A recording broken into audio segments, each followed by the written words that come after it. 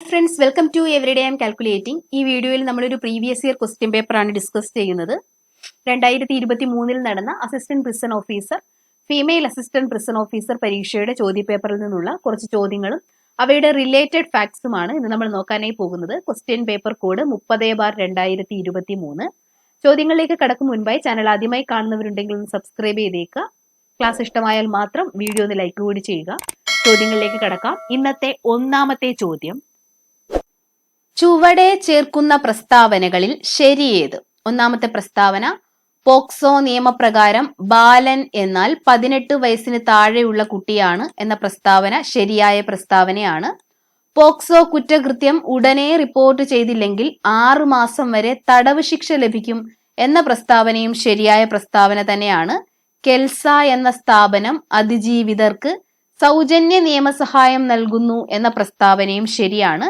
Kerala State Legal Services Authority എന്നതാണ് കെൽസ എന്നതിന്റെ പൂർണ്ണരൂപം. Kerala State Legal Services Authority എന്നതാണ് കെൽസയുടെ പൂർണ്ണരൂപം. കേരളത്തിൽ അതിജീവിതർക്ക് സൗജന്യ നിയമസഹായം നൽകുന്ന സ്ഥാപനമാണ് കെൽസ എന്ന് പറയുന്നത്. അപ്പൊ ഇവിടെ 3 പ്രസ്താവനകളും ശരിയായതുകൊണ്ട് ശരിയായ ഉത്തരം ഓപ്ഷൻ ഡി ആണ്, ഓൾ ഓഫ് ദി എബോവ്.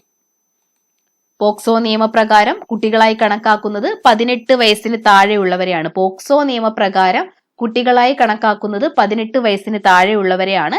എന്നാൽ ബാലവേല നിരോധന നിയമപ്രകാരം കുട്ടികളായി കണക്കാക്കുന്നത് 14 വയസ്സിന് താഴെയുള്ളവരെയാണ്. ബാലവേല നിരോധന നിയമപ്രകാരം കുട്ടികളായി കണക്കാക്കുന്നത് 14 വയസ്സിന് താഴെയുള്ളവരെയാണ്. ഇന്ത്യയിൽ കുട്ടികൾക്കെതിരെയുള്ള ലൈംഗിക അതിക്രമങ്ങൾ തടയുന്നതിന് വേണ്ടി 2012 നിലവിൽ വന്ന നിയമമാണ് പോക്സോ നിയമം. ഇന്ത്യയിൽ കുട്ടികൾക്ക് നേരെയുള്ള ലൈംഗിക അതിക്രമങ്ങൾ തടയുന്നതിന് വേണ്ടി 2012 നിലവിൽ വന്ന നിയമമാണ് പോക്സോ നിയമം. പോക്സോയുടെ പൂർണ്ണ രൂപം എന്താണ്?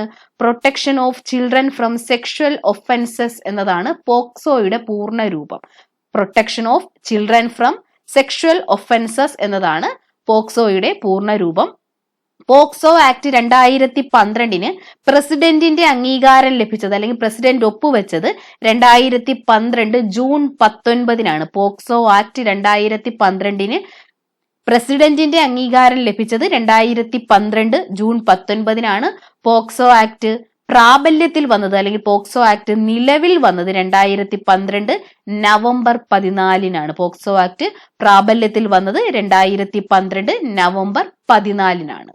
അടുത്ത ചോദ്യം: താഴെ പറയുന്നവയിൽ O രക്തഗ്രൂപ്പിനെ സംബന്ധിക്കുന്ന ശരിയായ വസ്തുത ഏത്? ആന്റിജനുകളായ A, B എന്നിവ കാണുന്നു എന്ന പ്രസ്താവന തെറ്റായ പ്രസ്താവനയാണ്. ആന്റിജൻ A മാത്രം കാണുന്നു എന്ന പ്രസ്താവനയും തെറ്റാണ്.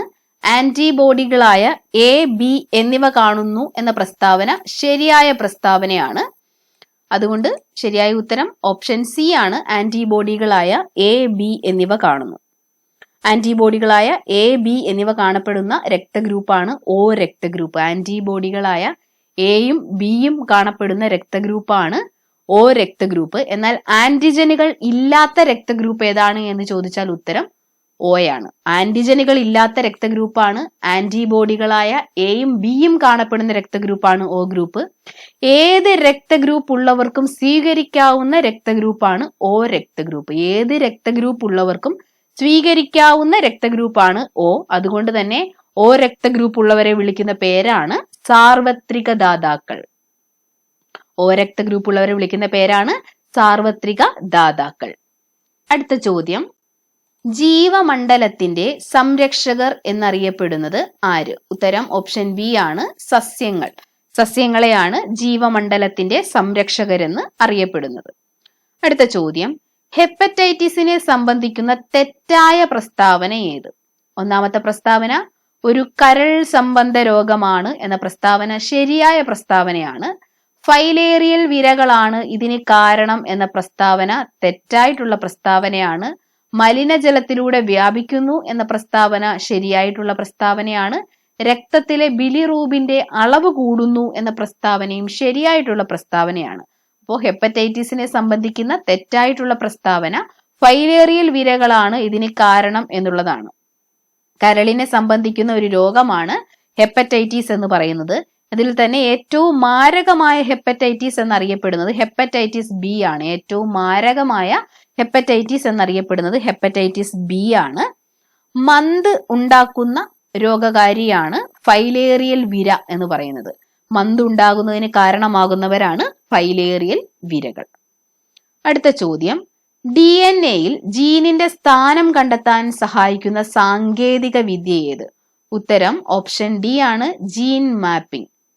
DNA-യിൽ ജീനിന്റെ സ്ഥാനം കണ്ടെത്താൻ സഹായിക്കുന്ന സാങ്കേതിക വിദ്യയാണ് ജീൻ മാപ്പിംഗ് എന്ന് പറയുന്നത്. ഏതെങ്കിലും ഒരു പ്രത്യേക സ്വഭാവത്തിന് കാരണമായ ജീനിന്റെ സ്ഥാനം DNA-യിൽ എവിടെയാണെന്ന് കൃത്യമായി കണ്ടുപിടിക്കാൻ ഉപയോഗിക്കുന്ന സാങ്കേതിക വിദ്യയാണ് ജീൻ മാപ്പിംഗ് എന്ന് പറയുന്നത്. എന്താണ് ജീൻ തെറാപ്പി എന്ന് പറയുന്നത്?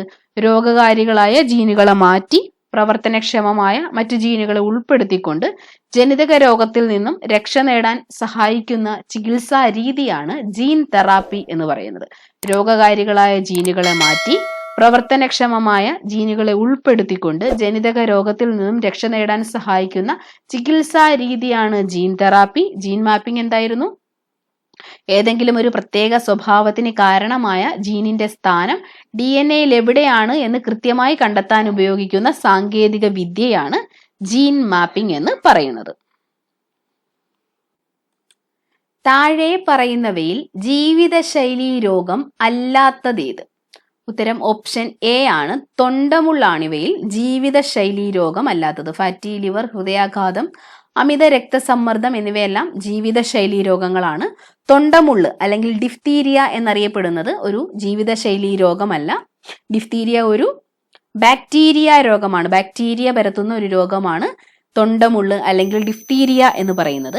ഡിഫ്തീരിയ, പെർട്ടൂസിസ്, ടെറ്റനസ് എന്നീ 3 രോഗങ്ങളെ പ്രതിരോധിക്കാനായിട്ട് എടുക്കുന്ന വാക്സിനാണ് DPT വാക്സിൻ എന്ന് പറയുന്നത്. ഡിഫ്തീരിയ, പെർട്ടൂസിസ് അല്ലെങ്കിൽ വില്ലൻ ചുമ, ടെറ്റനസ് എന്നീ 3 രോഗങ്ങളെ പ്രതിരോധിക്കാനായി എടുക്കുന്ന വാക്സിനാണ് DPT വാക്സിൻ അല്ലെങ്കിൽ ട്രിപ്പിൾ വാക്സിൻ എന്ന് പറയുന്നത്. പ്രമേഹം, ഫാറ്റി ലിവർ, ഹൃദയാഘാതം, അമിതമായ രക്തസമ്മർദ്ദം, പക്ഷാഘാതം, അതിരോസ്ക്ലീറോസിസ് എന്നിവയൊക്കെയാണ് പ്രധാനപ്പെട്ട ജീവിതശൈലി രോഗങ്ങൾ എന്ന് പറയുന്നത്. അടുത്ത ചോദ്യം, ജനിതക പശ എന്നറിയപ്പെടുന്ന എൻസൈം ഏത്?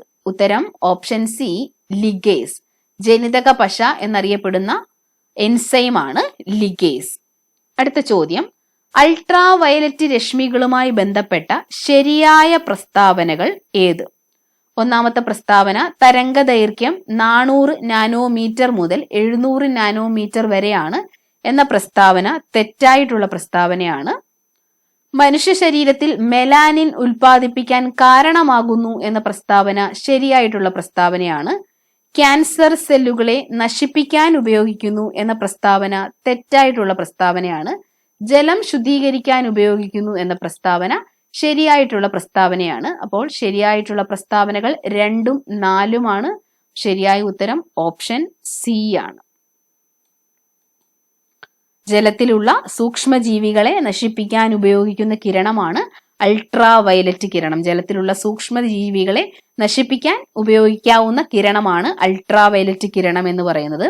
കൂടാതെ ശസ്ത്രക്രിയാ ഉപകരണങ്ങൾ അണുവിമുക്തമാക്കാൻ ഉപയോഗിക്കുന്ന കിരണം കൂടിയാണ് അൾട്രാ വയലറ്റ് രശ്മികൾ എന്ന് പറയുന്നത്. ശസ്ത്രക്രിയാ ഉപകരണങ്ങൾ അണുവിമുക്തമാക്കാൻ ഇവ ഉപയോഗിക്കുന്നു. നെയ്യിലെ മായം തിരിച്ചറിയാൻ ഉപയോഗിക്കുന്ന കിരണമാണ് അൾട്രാ വയലറ്റ് കിരണം. നെയ്യിലെ മായം തിരിച്ചറിയാനായിട്ട് അൾട്രാ വയലറ്റ് കിരണങ്ങൾ ഉപയോഗിക്കുന്നു. കള്ളനോട്ട് തിരിച്ചറിയുവാൻ ഉപയോഗിക്കുന്ന കിരണമാണ് അൾട്രാ വയലറ്റ് രശ്മികൾ. കള്ളനോട്ട് തിരിച്ചറിയുവാനായിട്ട് ഉപയോഗിക്കുന്നു. കൂടാതെ മനുഷ്യ ശരീരത്തിൽ വിറ്റാമിൻ ഡി ഉൽപ്പാദിപ്പിക്കാൻ കാരണമാകുന്ന വികിരണം കൂടിയാണ് അൾട്രാ വയലറ്റ് രശ്മികൾ എന്ന് പറയുന്നത്. മനുഷ്യ ശരീരത്തിൽ വിറ്റാമിൻ ഡി ഉൽപ്പാദിപ്പിക്കാൻ കാരണമാകുന്ന വികിരണമാണ്. മനുഷ്യ ശരീരത്തിൽ മെലാനിൻ ഉൽപ്പാദിപ്പിക്കാൻ കാരണമാകുന്നു. ജലം ശുദ്ധീകരിക്കാൻ ഉപയോഗിക്കുന്നു. ശസ്ത്രക്രിയാ ഉപകരണങ്ങൾ അണുവിമുക്തമാക്കാൻ ഉപയോഗിക്കുന്നു. നെയ്യിലെ മായം തിരിച്ചറിയാൻ ഉപയോഗിക്കുന്നു. കള്ളനോട്ട് തിരിച്ചറിയാൻ ഉപയോഗിക്കുന്നു. മനുഷ്യ ശരീരത്തിൽ വിറ്റാമിൻ ഡി ഉൽപ്പാദിപ്പിക്കാൻ കാരണമാകുന്ന വികിരണം കൂടിയാണ് അൾട്രാ വയലറ്റ് കിരണങ്ങൾ എന്ന് പറയുന്നത്. അടുത്ത ചോദ്യം, ഫോക്കസ് ദൂരം 20 സെന്റിമീറ്റർ ഉള്ള കോൺവെക്സ് ലെൻസിന്റെ വക്രതാ ആരം എത്ര? ഫോക്കസ് ദൂരം കണ്ടുപിടിക്കാനുള്ള ഇക്വേഷൻ F = R/2 എന്നതാണ്. ഇക്വേഷനിൽ നിന്നും വക്രത ആരത്തിന്റെ ഇക്വേഷൻ കിട്ടും. R സമം F ഇൻറ്റു 2 എന്നുള്ളതാണ്. ഇവിടെ F എത്രയാണ്? 20 സെന്റിമീറ്റർ ആണ്. 20 സെന്റിമീറ്റർ ഗുണം 2 40 സെന്റിമീറ്റർ. അപ്പം ഫോക്കസ് ദൂരം 20 സെന്റിമീറ്റർ ഉള്ള കോൺവെക്സ് ലെൻസിന്റെ വക്രത ആരം എന്ന് പറയുന്നത് 40 സെന്റിമീറ്റർ ആണ്. 10 കിലോഗ്രാം മാസ് ഉള്ള ഒരു വസ്തു 5 മീറ്റർ പെർ സെക്കൻഡ് പ്രവേഗത്തിൽ സഞ്ചരിക്കുന്നുവെങ്കിൽ വസ്തുവിന്റെ ആക്കം എത്ര എന്നുള്ളതാണ് ചോദ്യം. ആക്കം കണ്ടുപിടിക്കാനായിട്ടുള്ള ഇക്വേഷൻ ആണ് മാസ് ഇൻറ്റു പ്രവേഗം എന്ന് പറയുന്നത്. ഇവിടെ മാസ് എത്രയാണ്? 10 ആണ്, പ്രവേഗം 5 ആണ്. അപ്പോൾ നമ്മുടെ വസ്തുവിന്റെ ആക്കം എന്ന് പറയുന്നത് 50. യൂണിറ്റ് ഏതാണ്? Kilogram metre per second. Kilogram metre per second. ശരിയായ ഉത്തരം ഓപ്ഷൻ ഡി ആണ്. അപ്പോൾ ഇന്നത്തെ വീഡിയോ എല്ലാവർക്കും ഉപകാരപ്രദമായി എന്ന് വിശ്വസിക്കുന്നു. മറ്റൊരു ക്ലാസ്സുമായി വീണ്ടും കാണാം. Thank you for watching.